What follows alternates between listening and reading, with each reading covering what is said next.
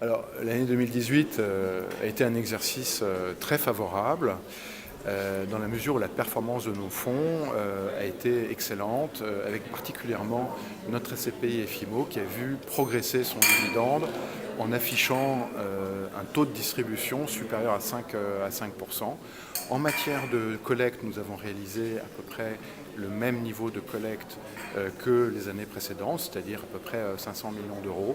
Et en matière d'investissement, nous avons continué de diversifier nos investissements en investissant naturellement dans des bureaux, dans des commerces, mais aussi dans des classes d'actifs diversifiantes comme le tourisme, comme la logistique, la petite logistique, et en continuant d'investir également, pas seulement en France, mais aussi dans les deux pays européens qui nous semblent les plus solides, que sont l'Allemagne et les Pays-Bas.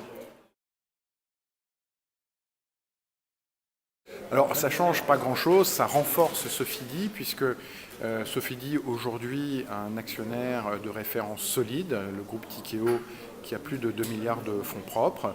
C'est un groupe que l'on connaît fort bien puisqu'il a été créé par le fils de notre président Antoine Flammarion, notre président étant Christian Flammarion. Nous partageons les mêmes valeurs d'entrepreneuriat et notre volonté d'indépendance.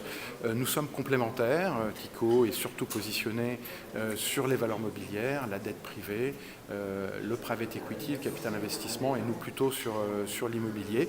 Et nous avons également des clientèles complémentaires puisque Tikehau est surtout avec une base de clientèle institutionnelle et nous de particuliers, de retail.